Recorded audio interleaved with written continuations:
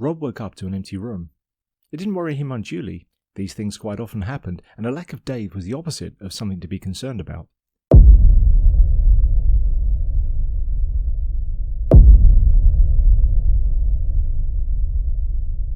It had probably just meant that he'd enjoyed a successful evening of separating a girl from any faith she might have left in humanity. Many such girls ended up giving homosexuality a try, or giving up on men altogether in a different way, and just dating people like Rob. Not actually Rob though, his dating success remained entirely imaginary. Dave might have taken his date back to her cabin, or to an escape pod, or they might just as likely wake up on a lower recycling deck behind a row of metal bins. Who could tell with Dave, whose idea of romance was rather like punching someone in the throat as a polite form of greeting. Dave was not widely known as a romantic person. He was somehow capable of giving exactly that impression in small doses though, up to the point of seeing a girl naked, and then his interest in her usually vanished altogether. It had equally been noted that most women usually lost interest in the whole business of being alive after seeing him naked, to which he would happily report that it simply showed that the universe was proving to be correctly balanced. Dave was widely considered to be best in small doses for a whole host of terrible reasons.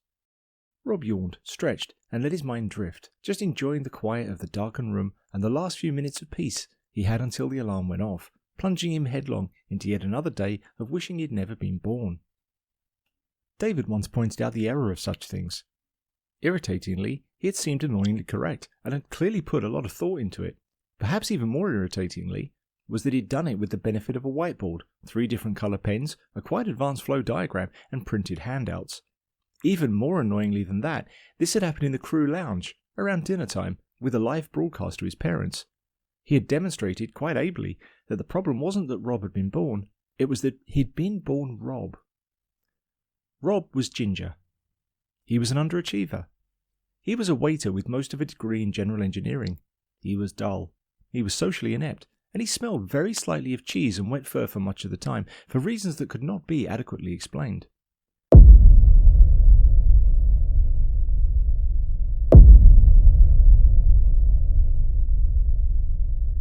Women tended not to be attracted to such things, and no amount of begging seemed to be helping the matter.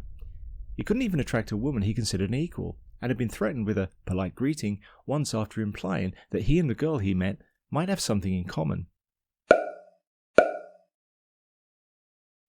Both he and Dave were often threatened with a punch to the throat, but usually on different ends of a date, and at least Dave's had the benefit of actually happening. This had all been bad enough, but Dave had made it worse, in the way only Dave could.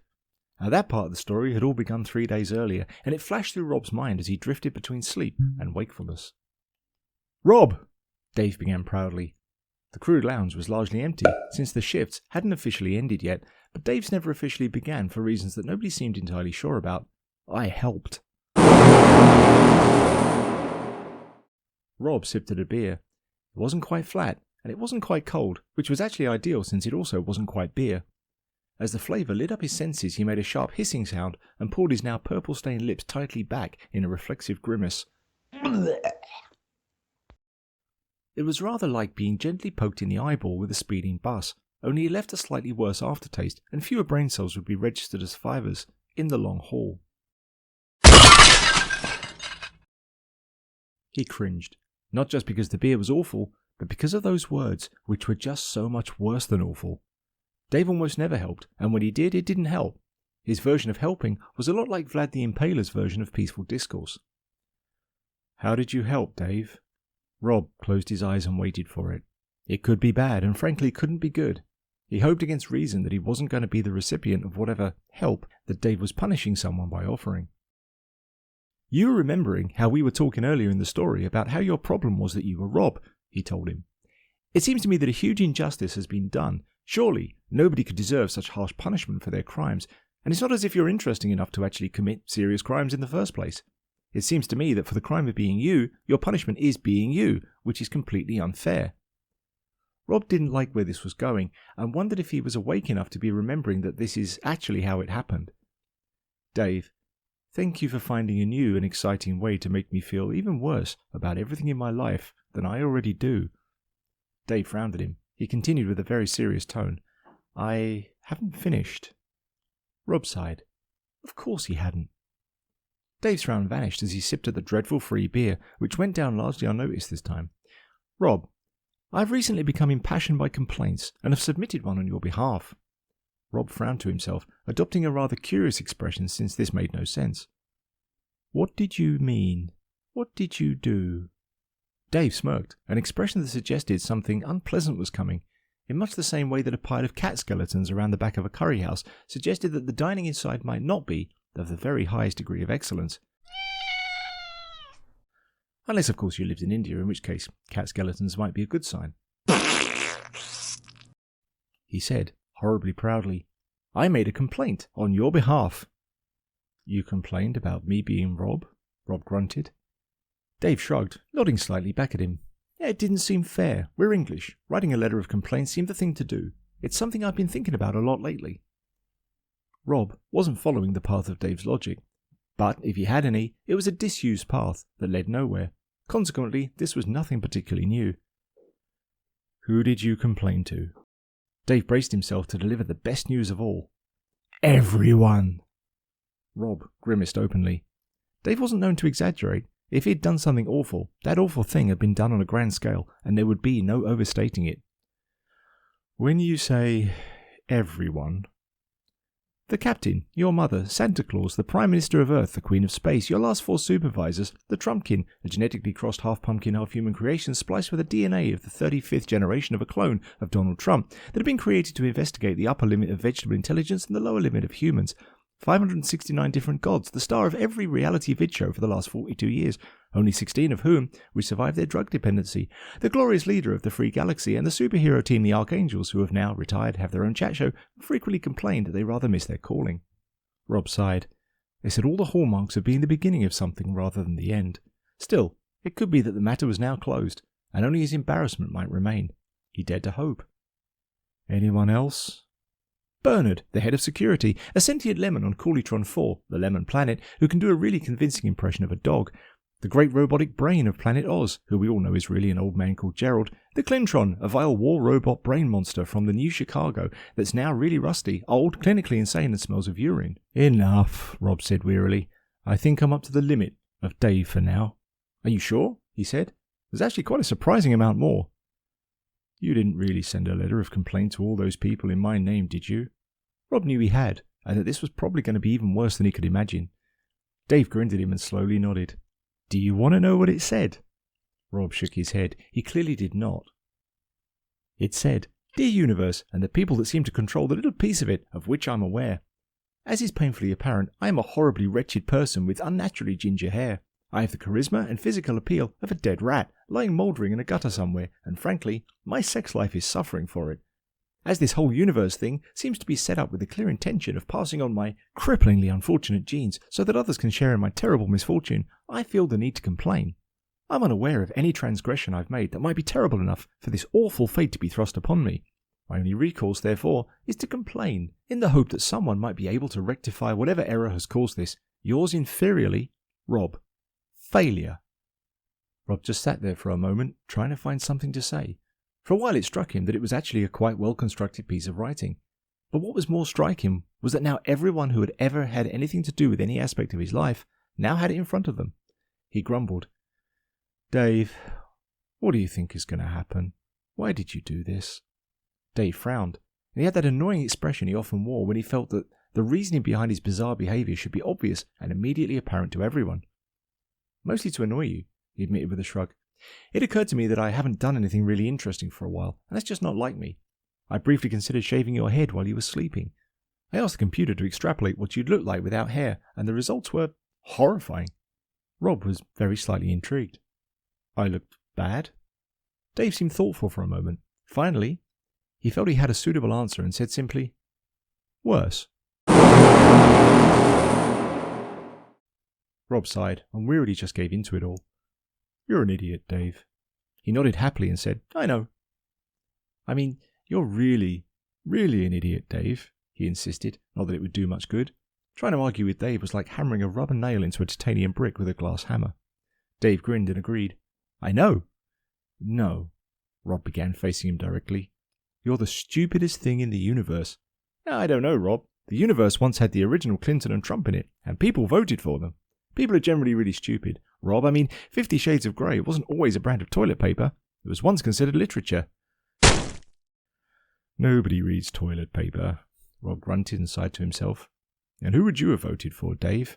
Yeah, voting just encourages them, Dave told him bluntly. Well, I still think you're the dumbest creature in the galaxy, Rob said firmly, but not too firmly, since he remembered Clinton and Trump from history class. It was not one of history's finest moments. Dave rubbed his chin thoughtfully. Something was going on in there. It was something unpleasant. I think there's a way to prove this. Perhaps some kind of religion, with perhaps some kind of free t-shirt. Rob felt a twinge of near panic. Let's just leave it and move on with our lives. Mine, horribly unsatisfying, and yours, which is suspiciously good for a man with nothing between his ears but spitefulness towards his only friend. Dave nodded. It is pretty good, but please don't compare it to yours. That just fills you with false hope and demeans everyone else. You're an idiot, Dave, Rob reminded him, as if saying it over and over again might change the fact that Dave was agreeing with him proudly. His brain was definitely doing something. He gestured with a proud flourish of his hand, shouted rather too loudly, "And I'm going to prove it!" Rob shook his head sadly. He opened his mouth to speak, but his brain had clearly had enough and was refusing to cooperate. Beep, beep, beep. Wake the fuck up. Get out of bed and get a shower. You smell like a rat died eating some old cheese. The alarm went off and Rob sat up sharply. Realization set in, grim, ugly, dark realization. No, he hissed to himself. It can't be. But it could, and it was. He scrambled from the bed, kicking the sheets away so they fell loosely to the floor, where they lay in a crumpled heap. There was a refreshing lack of crackling flames. That was something at least.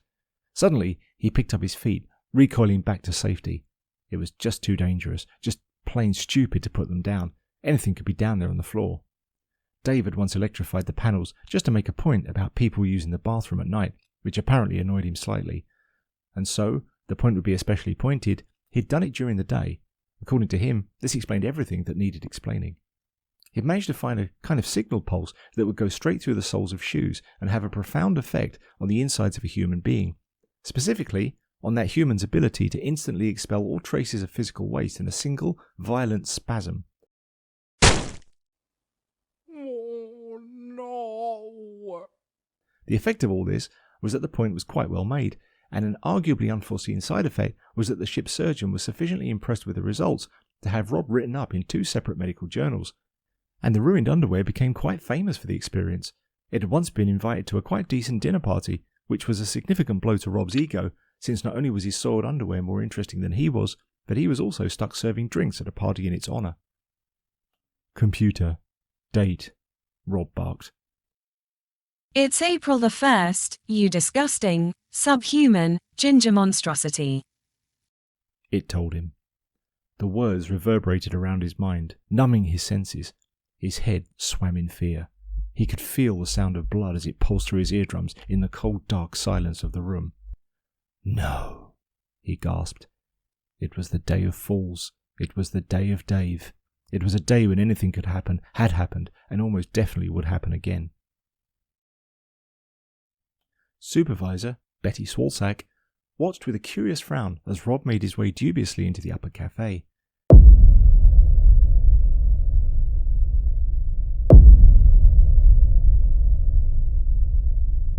She stepped from the kitchen, an expression of bewilderment painted on her careworn face, a face that thought it had seen everything, but was fast coming to realise that this was not the case. Rob's ginger head peered around the door. He crawled in a few steps, waving his arms around before him. He quickly edged back again. Once more he stalked forwards, feeling his way along the walls with the very tips of his fingers and kicking his feet out ahead of him. His wild eyes darted about fearfully. In this manner, he slowly made his way forward along the wall to the entrance of the kitchen. He looked up at the expectant face, smiled weakly, and stood up straight. He glanced around one last time, and then seemed to slump as he let out a lungful of air.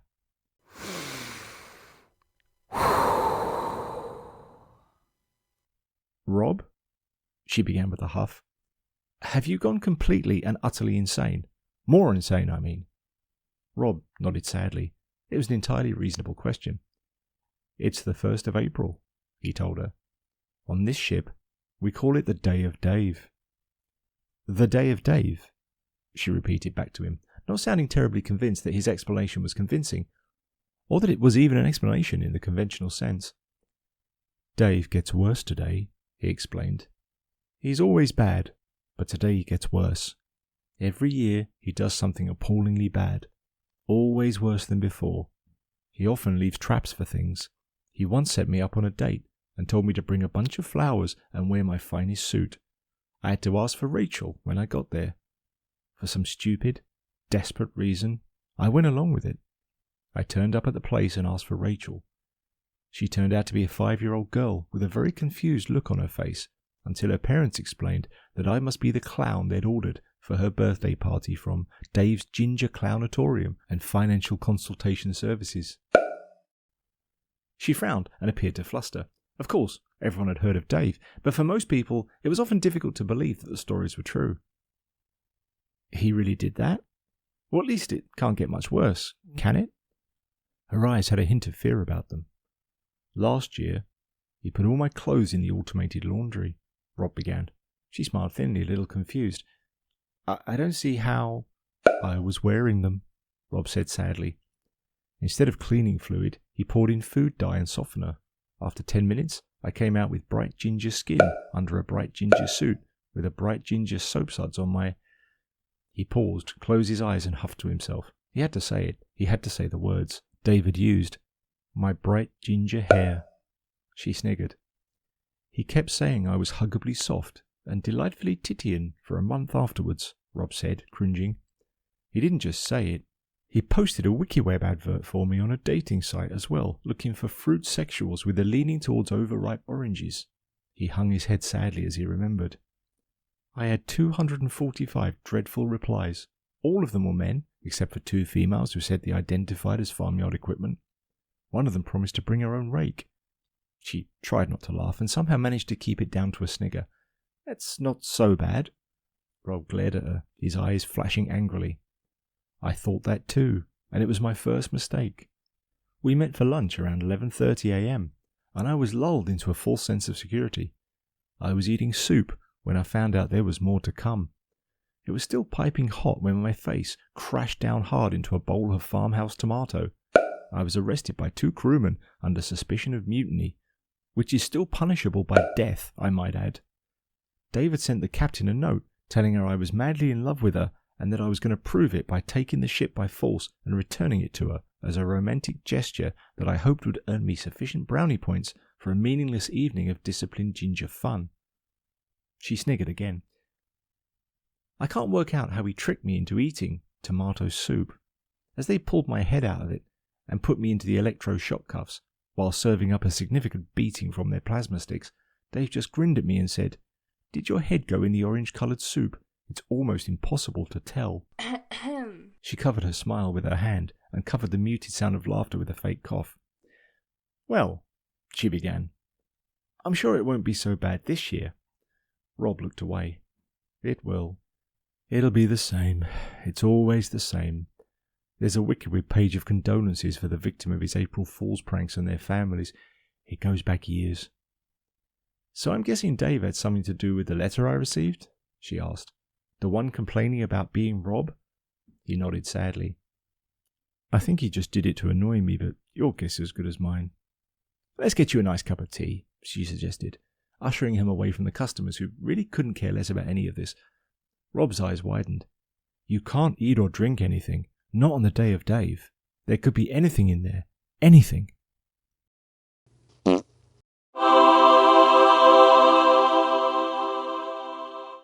Bernard slammed open the door to the kitchen.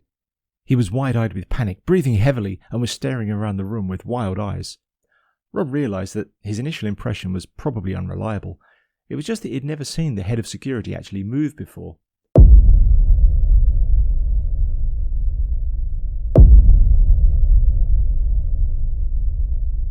For a moment, Rob was impressed that his imagination had actually done something. Meanwhile, in reality, Bernard pushed open the door and sluggishly plodded through.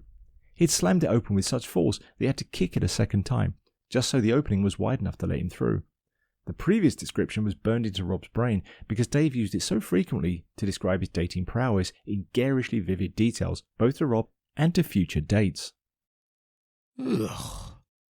He breathed heavily, sighing as he made his way inside, too lazy to really bother about doing the job properly.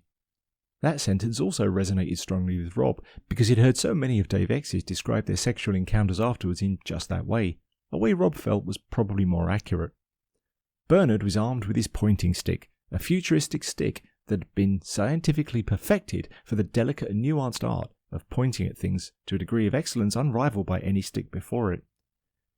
It originally had been designed in Germany, scanned with superlative accurate laser scanning equipment constructed from 53 varieties of wood laminated together in precise quantities, layered such that it wasn't just straight, but straight to the extent that it defied quantum measurement at a level that wasn't even considered to really exist beyond a mathematical model.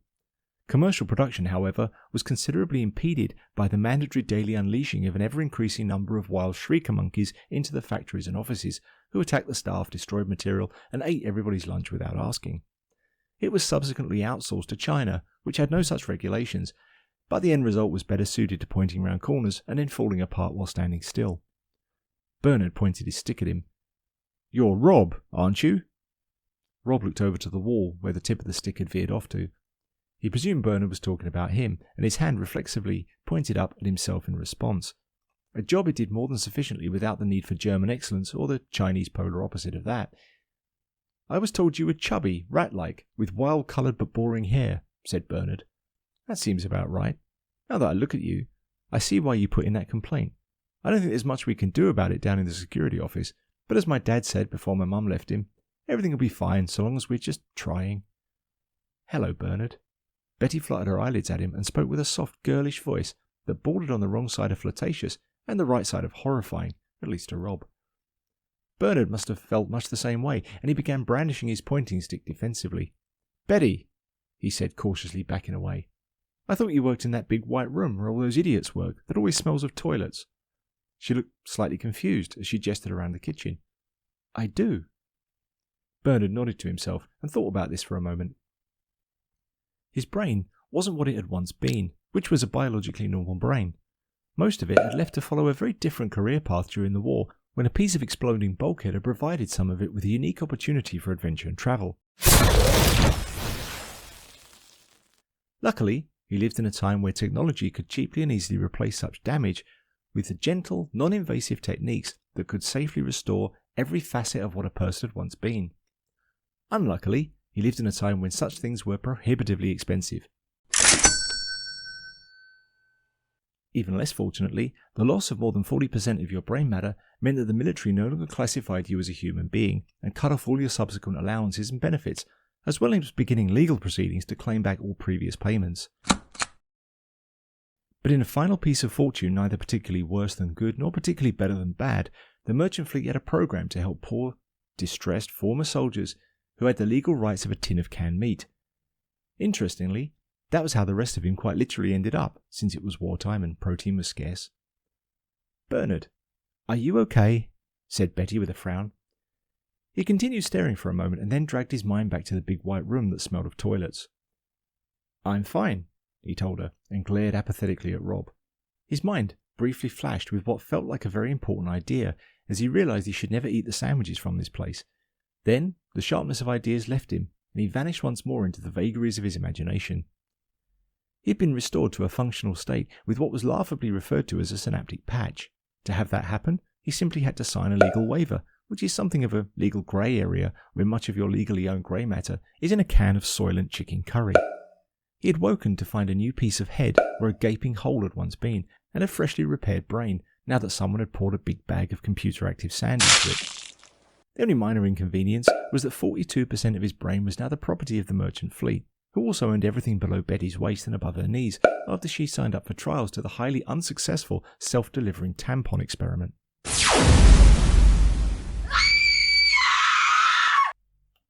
Bernard's mind did tend to wander, since a good chunk of it was now sealed in an aluminium tin. It was wandering back that caused the problems. If he remembered rightly, he was in a place that smelled like toilets with a woman who looked like she might have crawled out of one. "Betty," he snapped with some disappointment as his sandy brain registered where it was. She fluttered her eyelids at him. "Perhaps we can go on another date." Her face had the consistency of a slab of leather dropped onto a thin mixture of porridge and sadness. It smiled, but the smile was a thing that sent a shiver of ice through his soul, 42% of which had been blended with herbs and spices and then vacuum sealed for freshness. Another date? He wondered if there'd been a first one, but it seemed likely that there had. He was quite proud of himself for working that out. Rob just sat there taking this all in, probably wishing he was almost anywhere else. Another date with you? Bernard, showing the dating prowess of a ginger person, glanced down to her midsection, remembering in vivid detail that it had been augmented with parts that were about as natural as pouring a bag of sand into his head. Fortunately, he had never used his head on a date, but Betty's shortcomings were more troublesome. She smiled, pulling her thin lips up and away from her yellowing teeth. Who else? Bernard thought for a moment. If she was thinking of bringing a friend, that might be much better. He said impatiently, Who else? She fixed her eyes on him, rolling her hair around her finger, and looked like she was trying to give the impression that her hips weren't held on with roofing bolts. Just us, she said seductively with a low, gravelly voice that sounded like the owner enjoyed boiled whiskey served over rocks for breakfast. Bernard rolled his eyes upwards. He said thoughtfully, Then who'll bring us the little bread rolls that I like? She sighed and muttered something under her breath, which Rob suspected might be something along the lines of her being better off dating a bread roll, and what specifically she'd like to do to it, the mental image of which rather spoiled his already miserable day. Betty grunted at the head of security. What do you want, Bernard? He frowned. It seemed too obvious to answer, bread rolls, but that was the only thing that went through his inadequate mind. Then it slowly came to him, and he told her proudly, The captain sent me. She didn't seem very impressed. What does she want? Bernard looked over to the chubby rat thing with the bizarre hair and jabbed his pointing stick at it. Please don't look at me like that, said Rob. The captain got a complaint. She referred you to the ship's counsellor for an immediate appointment to find out if your head is mostly sand too. Rob sighed. To him that must have seemed fairly reasonable under the circumstances. What time? As soon as we find him, Bernard shrugged. He got a copy of your complaint too. He locked himself in an escape pod and jettisoned it while we were at superluminal speed. We think there's a chance he survived. Rob looked worried. Why would the man whose job it is to guard our mental health do something as crazy as that? He suspected someone might ask themselves that very question, so he had the foresight to leave a note explaining his actions, lest someone might mistakenly think he'd gone crazy. In fact, I have a copy of it right here.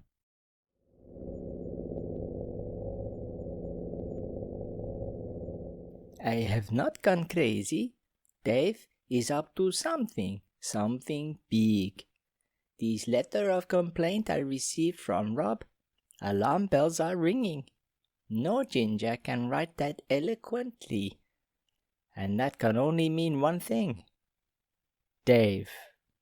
It has his handwriting all over it. I know because of the words and having written a lot of letters myself. It's an ominous foreshadowing of something terrible to come.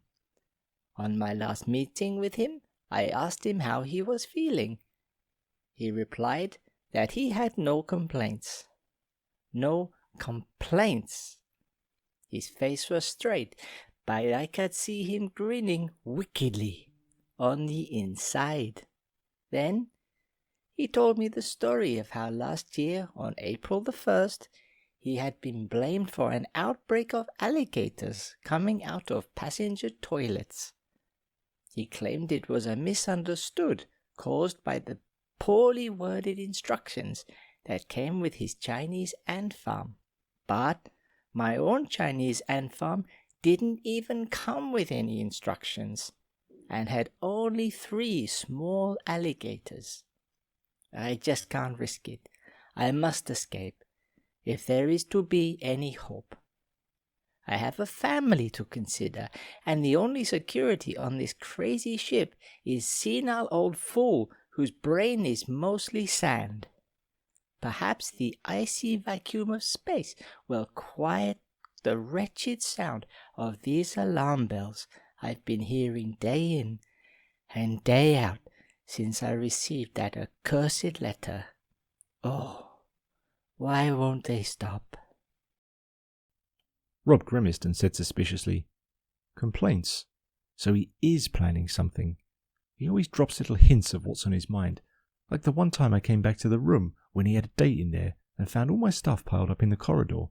Some of it was still on fire. Betty sat down next to Rob. She looked worried, which encouraged Bernard a little since the spotlight was away from him. I got a complaint email too, she said softly. Should I be worried? Rob looked at her and nodded slowly. His tradition is to do it before 12 noon. After then, we're safe. We only have to make it through to 12. Just a little longer now. It's no good, Bernard grumbled. The captain has locked down all the escape pods so we can't eject them. The doctor has spoiled it all for us. Bob frowned. I wasn't actually... Bernard grunted to himself.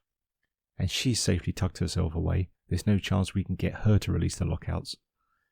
Rob looked at them both, worried about the drastic length they might go to get away from Dave. It then worried him that he wasn't actually in the least bit worried about that, and perhaps should be. All this gave him a headache.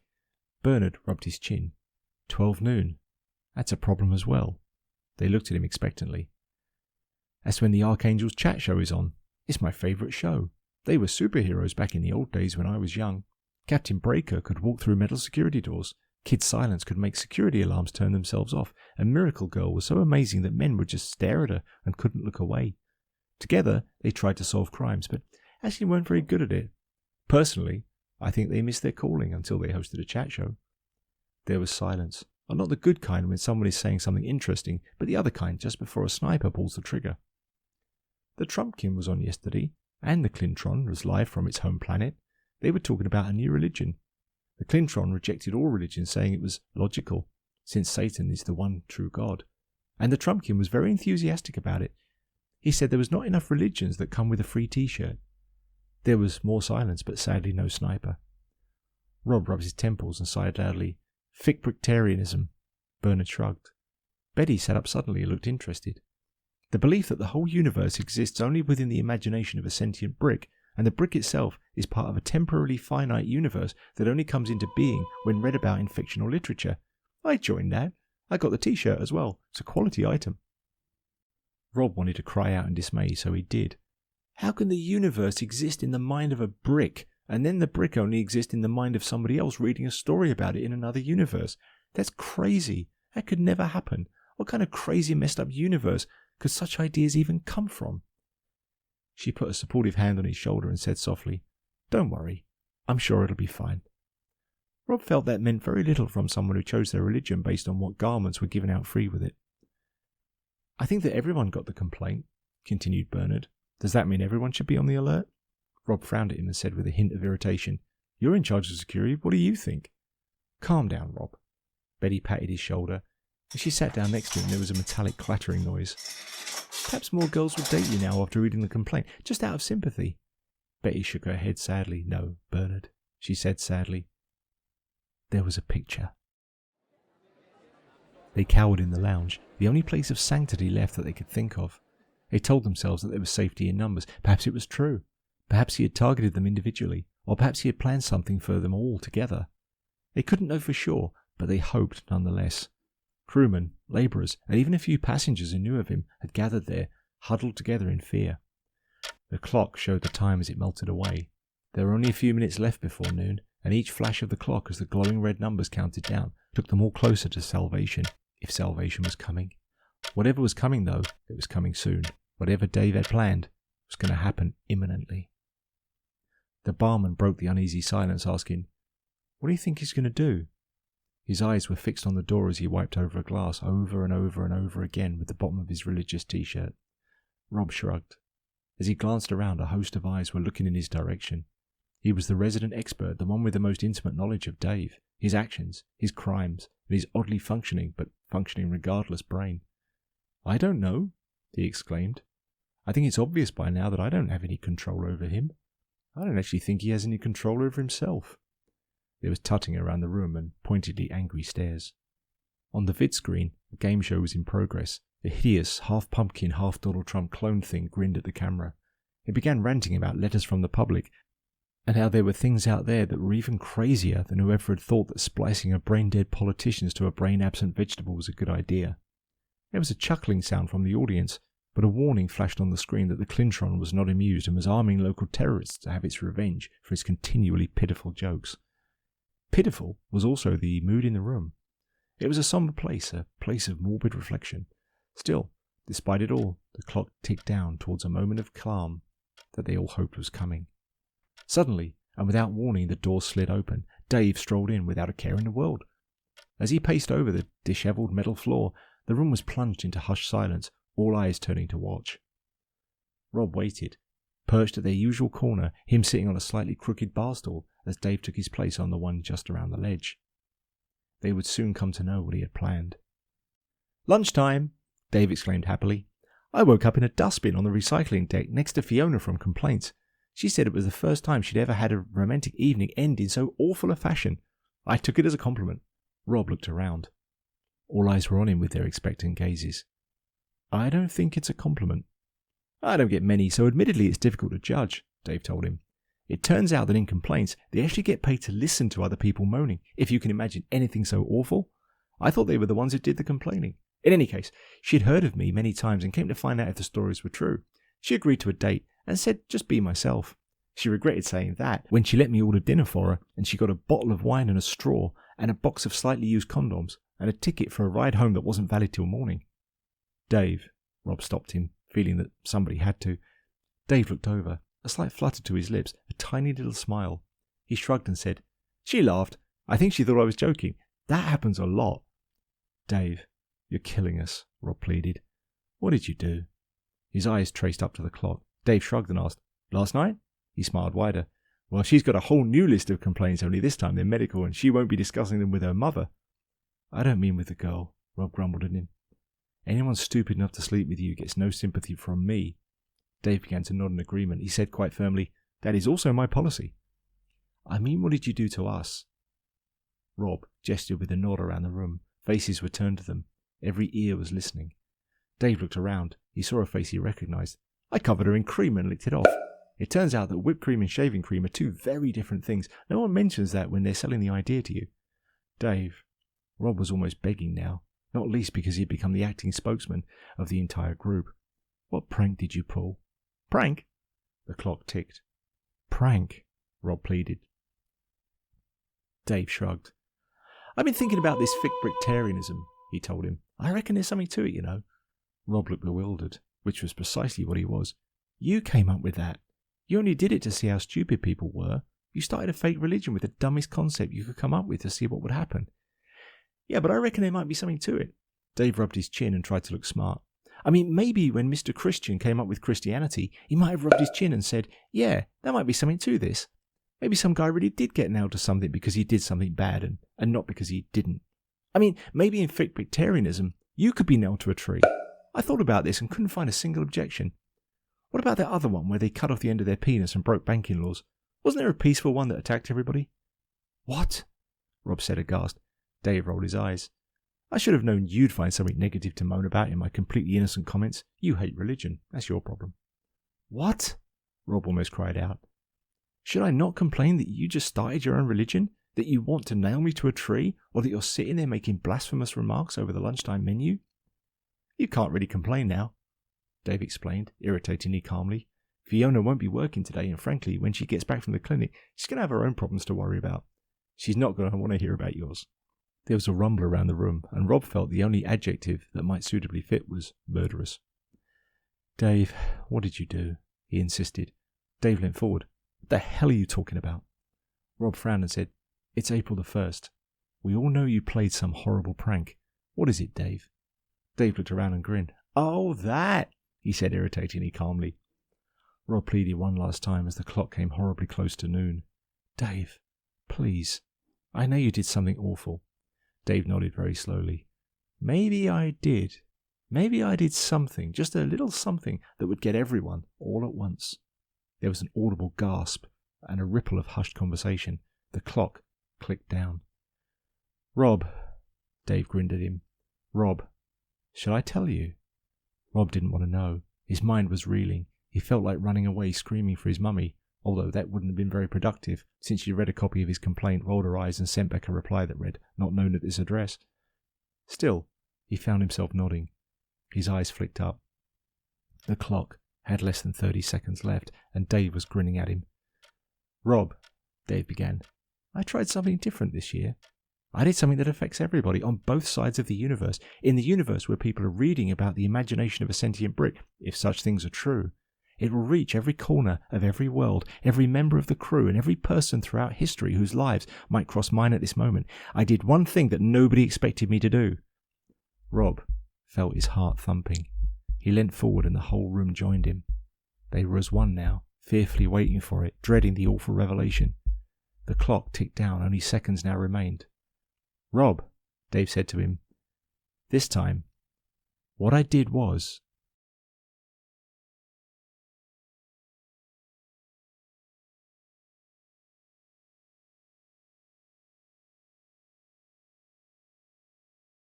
At edgeverse.org, all our books, novels and stories are absolutely free, no sign-up, no email and no login required. If you would like to help us grow, please consider subscribing, liking and commenting on our videos. Support independent authors and free publishers in building the future of literature.